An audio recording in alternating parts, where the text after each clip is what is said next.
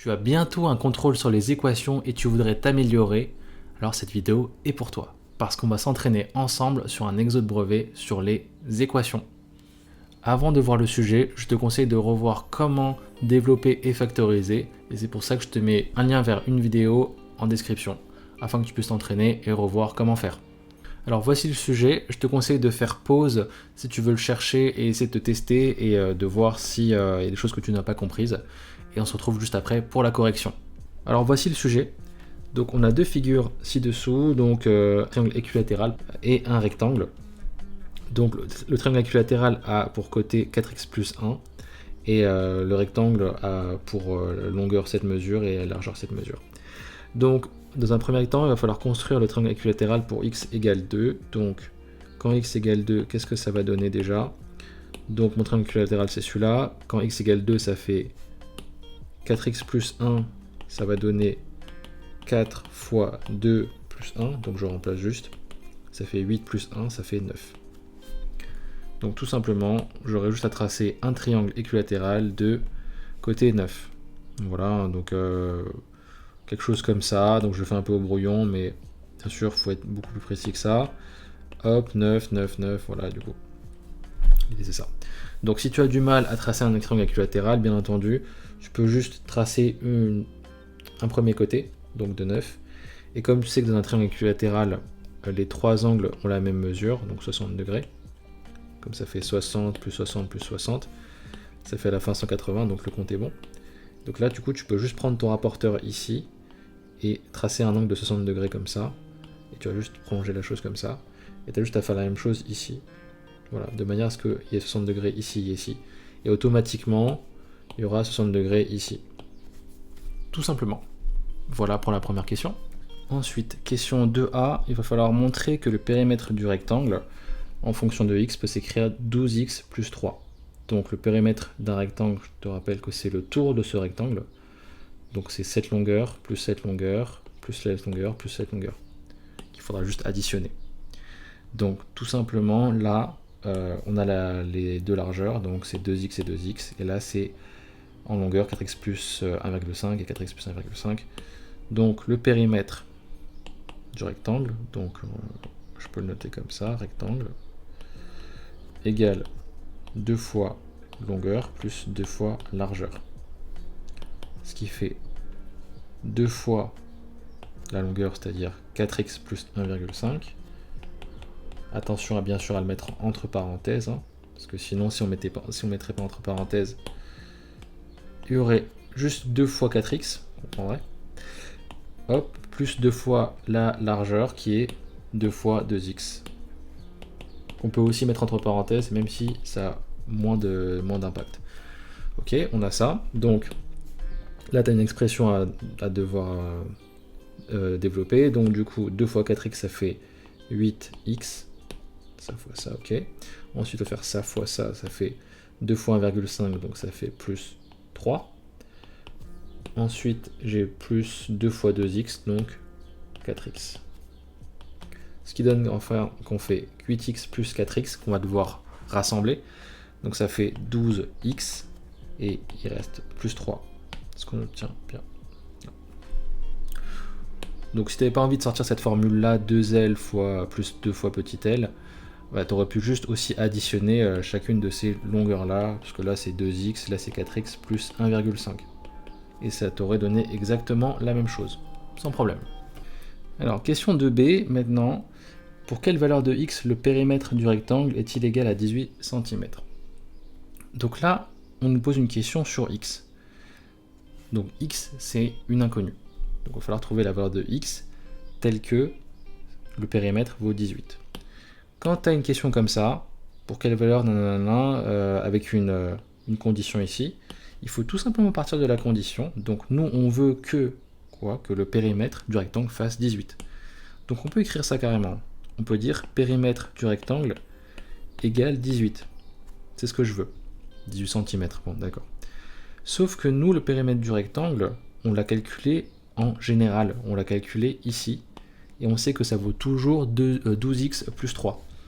Donc en gros, on veut que tout ça, qui vaut 12x plus 3, valent 18. Donc on peut juste faire 12x plus 3 égale 18. En gros, j'ai remplacé le périmètre du rectangle par son expression ici. Ça, c'est très classique.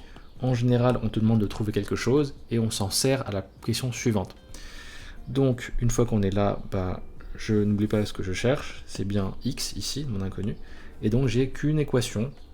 Donc ça, on sait comment résoudre. On fait genre plus 3 moins 3, classique, égale 18 moins 3, ok. Donc les 3 s'en vont. Là, j'ai 18 moins 3, ça fait 15. En gros, j'ai 12x égale 15. Il me reste juste à diviser par 12, comme ça et comme ça, pour que j'ai x égale 15 sur 12. On va essayer bien sûr de transformer si c'est possible. 15, c'est 5 fois 3. Et 12, c'est 4 fois 3. Comme ça, tu vois, pas de risque.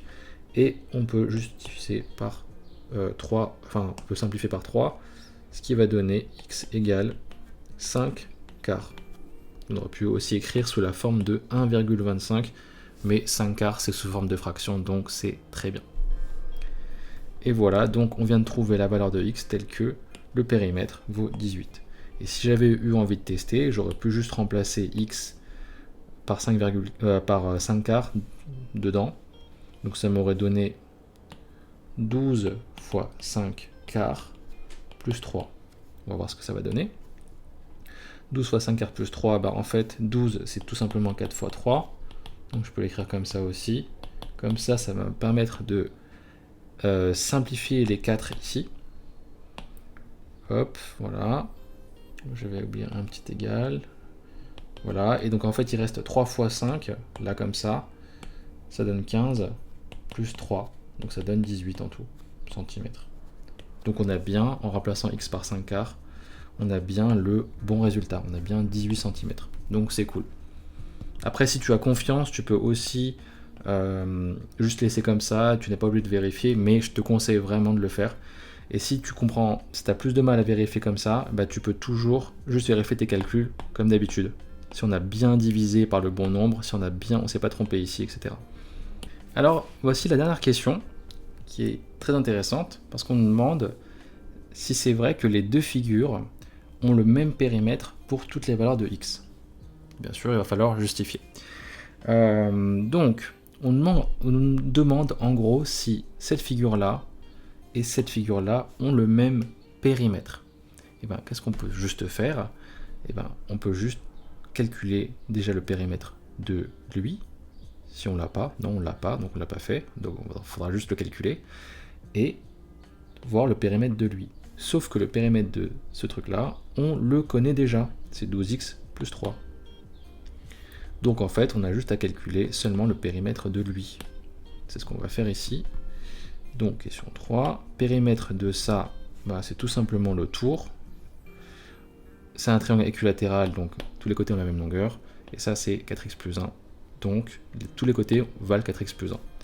Et du coup, on peut juste faire que le périmètre du triangle, c'est 4x plus 1. Alors, plus 4x plus 1, plus 4x plus 1, si on veut y aller comme ça. De manière plus élégante, on peut aussi l'écrire 4x plus 1, le tout multiplié par 3, ce qui revient au même. On va le voir tout de suite. Alors pourquoi ça revient au même? Ça je me le mets à part et je vais calculer ça tout doucement. Donc ça c'est 4x plus 4x plus 4x. Donc 4 plus 4 plus 4 ça fait 12x. Ensuite j'ai 1 plus 1 plus 1 donc ça fait 3 plus 3. Et là si je veux faire pareil, si je devais calculer ça comme ça, je ferais juste 3 en distributivité comme ça et 3 avec lui. Donc ça ferait 4x fois 3, ça ferait 12x, pareil, plus 1 fois 3, plus 3. Donc ça donne bien déjà 12x plus 3, ça on ne s'est pas trompé. Alors qu'est-ce qu'on remarque? Est-ce que du coup les deux figures ont le même périmètre? Eh bien le périmètre du rectangle c'était 12x plus 3 et celui du triangle aussi. Donc oui. Donc on peut juste dire que c'est égal au périmètre du rectangle, ça faudra pas oublier de le dire. Et après donc oui.